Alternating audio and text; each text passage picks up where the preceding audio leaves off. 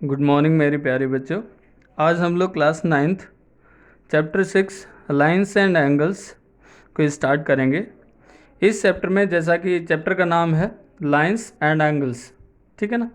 तो लाइंस हम लोग जानते हैं, डिफरेंट काइंड्स की लाइंस जानते हैं। परपेंडिकुलर लाइंस जानते हैं, पैरेलल लाइंस जानते हैं, ठीक है ना। कोइंसिडेंट लाइंस जानते हैं, ट्रांसवर्सल लाइंस जानते हैं, बहुत सारी टाइप्स की लाइंस जानते हैं, ठीक है ना।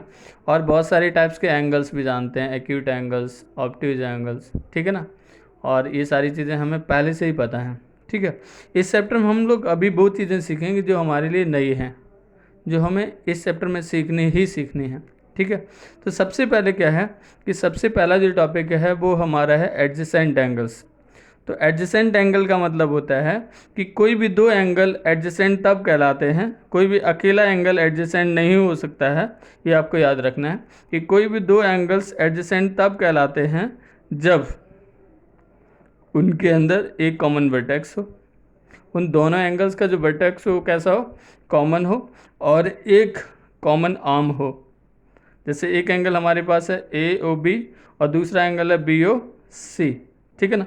तो अगर ये दोनों एंगल की बात करोगे तो इनमें देखो एक वर्टेक्स ओ कॉमन है और ओ बी ये जो आर्म है ये भी कैसी है, कॉमन है।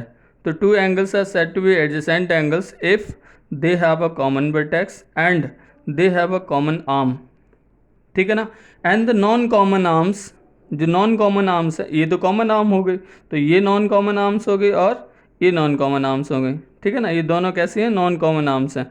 ये कॉमन आर्म के एक इस तरफ होनी चाहिए, दूसरी इस तरफ होनी चाहिए, मतलब same side of the common arm नहीं होनी चाहिए। ये चीज़ आपको याद रखनी है, ठीक है। तो कहने का मतलब क्या हुआ कि two angles are said to be adjacent angles if they have a common vertex, they have a common arm and non common arms are in the either side of the common arm. जो non common arms होती हैं वो common arm के एक ही तरफ नहीं होती हैं, वो एक इस तरफ है तो दूसरी उस तरफ होगी। ये बात समझ में आ गई। कॉमन आर्म के एक इस तरफ तो दूसरी उस तरफ होगी। मुझे उम्मीद है आपको ये बात समझ में आ गई होगी। तो अगर यहाँ पे लिखना चाहें तो हम लिख सकते हैं कि एंगल ए ओ बी और एंगल बी ओ सी कैसे हैं, एडजेसेंट एंगल्स हैं, ठीक है। क्यों? क्योंकि यहाँ पे कॉमन वर्टेक्स है और कॉमन आर्म भी है, और जो कॉमन आर्म है उसके एक तरफ एक नॉन कॉमन आर्म है और दूसरी तरफ दूसरी नॉन कॉमन आर्म है, ठीक है ना। इसी तरीके से अगला जो कॉन्सेप्ट वो है linear pair of angles. Linear pair of angles भी बिल्कुल सेम है। देखो ज़रा, अगर दो एंगल्स, दो एडजेसेंट एंगल्स, ये भी इसी पर आधारित है। अगर दो एडजेसेंट एंगल्स इस तरीके से हैं कि उनका जो वर्टेक्स है वो कॉमन है, एक नॉन कॉमन और जो आर्म है वो भी कैसी है, कॉमन है, ठीक है ना। और जो नॉन कॉमन आर्म्स हैं वो कैसी होनी चाहिए, स्ट्रेट लाइन बनाती होनी चाहिए। तो ऐसे एडजेसेंट एंगल्स को ही क्या कहते हैं, लीनियर पेयर ऑफ एंगल्स कहते हैं। दोबारा फिर से समझो, बात को आसानी से समझो कि कोई भी दो एडजेसेंट एंगल्स को ही लीनियर पेयर ऑफ एंगल्स कहा जाता है यदि नॉन कॉमन आर्म्स एक स्ट्रेट लाइन बनाती हों। बात समझ में आ गई। कहने का मतलब जो ओ सी है वो बिल्कुल इसके सीध में आ जाए, ये एक स्ट्रेट लाइन अगर बन जाए तो यही एडजेसेंट एंगल्स क्या बन जाएंगे, लीनियर पेयर ऑफ एंगल्स बन जाएंगे। I hope so that it will be clear now, ठीक है। अगली बात समझनी है इस चैप्टर में हमें कि एक्सियम पढ़नी है 6.1, 6.2 और थ्योरम 6.1, ठीक है ना। तो ये जो कॉन्सेप्ट है एक्सियम का, ये आपको थोड़ा नया सा लग रहा होगा। तो एक्सियम का मतलब होता है ऐसे स्टेटमेंट जिनको प्रूफ करने की ज़रूरत नहीं होती है। मैथमेटिक्स में कुछ ऐसे स्टेटमेंट होते हैं जिनको प्रूफ की ज़रूरत नहीं होती, उनको एक्सियम कहते हैं, ठीक है ना। और थ्योरम वो स्टेटमेंट होते हैं मैथमेटिक्स में जिनको प्रूफ किया जाता है। मुझे उम्मीद है आपको ये बात समझ में आ गई होगी। Axioms are such statements which are accepted true without any proof. जिनको बिना किसी प्रूफ के सही माना जाता है उनको क्या कहते हैं, एक्सियम्स कहते हैं। तो एक्सियम हमें यहाँ कितनी पढ़नी है, 2 एक्सियम्स पढ़नी है, एक्सियम 6.1 एंड एक्सियम 6.2। तो एक्सियम 6.1 क्या है, बहुत आसान है। देखो इसी में मैं समझा देता हूँ लीनियर पेयर ऑफ एंगल्स में कि अगर कोई रे एक लाइन के ऊपर स्टैंड करती है, अगर कोई रे एक लाइन के ऊपर स्टैंड करती है, देन जो एडजेसेंट एंगल्स होते हैं उन दोनों का सम 180 डिग्री होता है। भाई अगर आपसे ये कहा जाए कि ये लाइन है, ए रे है, मान लो ये ओ सी है, कितना है ओ सी है, और ये ए बी के ऊपर स्टैंड कर रहा है। तो आपसे अगर ये कहा जाए, ये बताइए कि ए ओ बी और प्लस बी ओ सी बताइए, तो आप कितना बताओगे? मतलब इस एंगल का सम, इसका और इसका सम पूछा गया, तो कितना बताओगे? 180 डिग्री ही तो बताओगे। अगर ये स्ट्रेट लाइन है तो इतना ही तो बोलोगे ना। तो इसी बात को क्या बोलते हैं? एक्सियम 6.1 बोलते हैं। तो एक्सियम 6.1 फिर से समझिए, क्या कि if a ray stands on a line then the sum of two adjacent angles so formed is equal to what? 180 degree.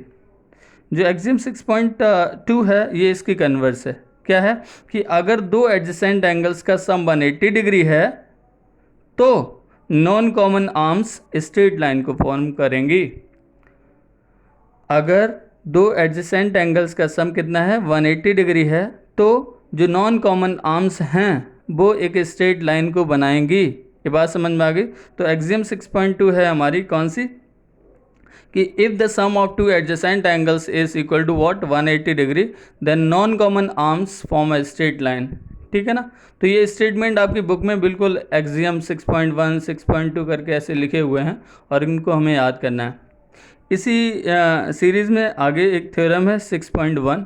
ठीक है ना? थ्योरम ऐसे स्टेटमेंट होते हैं जिनको प्रूफ करने की ज़रूरत होती है, तो इसका प्रूफ भी दिया हुआ है हमारी एनसीईआरटी बुक में, आप लोग एक बार देख सकते हो। और अगर नहीं समझ में आता तो you can ask also by commenting.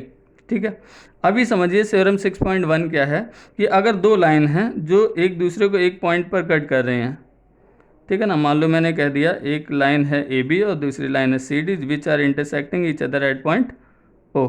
ठीक है, तो यहाँ से चार एंगल्स बनते हैं, एक एंगल ये और ये इसका अपोजिट, ऐसे ही एक एंगल ये और ये एंगल इसका अपोजिट इधर से ये।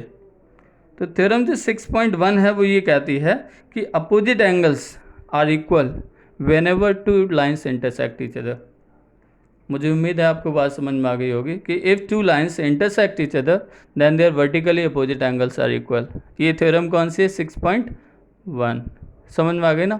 तो आपको क्या क्या चीज़ें समझनी थी इस चैप्टर में? सबसे पहले एडजेसेंट एंगल्स, उसके बाद लीनियर पेयर ऑफ एंगल्स, उसके बाद एक्सियम 6.1, एक्सियम 6.2 एंड थ्योरम 6.1। ठीक है, मैं क्विक रिवीजन 1 मिनट में आपका करा देता हूँ कि दो एडजेसेंट एंगल्स तब कहलाते हैं जब उनके अंदर एक कॉमन वर्टेक्स हो, एक कॉमन आर्म हो और non common arms common arm के इधर और उधर होनी चाहिए, एक ही तरफ नहीं होनी चाहिए। दूसरी कि लीनियर पेयर ऑफ एंगल्स उन एंगल्स को कहते हैं जो एडजेसेंट तो होते ही होते हैं और नॉन कॉमन आर्म्स एक स्ट्रेट लाइन को बनाती हैं। अगली बात समझिए कि जो एक्सियम 6.1 है वो ये कहती है कि whenever a ray stands on a line then the sum of two adjacent angles is equal to what? 180 degree. ठीक है ना? उसके बाद थ्योरम एक्सियम 6.2 कहती है, क्या कहती है कि if the sum of two adjacent angles is what? 180 degree, then the non common arms form a straight line. ठीक है ना?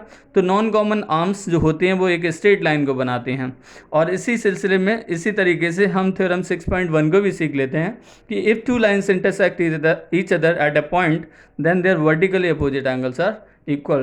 So these all concept will be used in the exercise 6.1. In the next video we will just do some questions. ठीक है ना? मुझे उम्मीद है आपको सारी बातें समझ में आ गई होंगी, और अगर कोई बात नहीं समझ में आई तो please write in the comment box, और हमसे आप वैसे भी पूछ सकते हैं। ठीक है ना? तो मिलते हैं फिर अगले वीडियो में।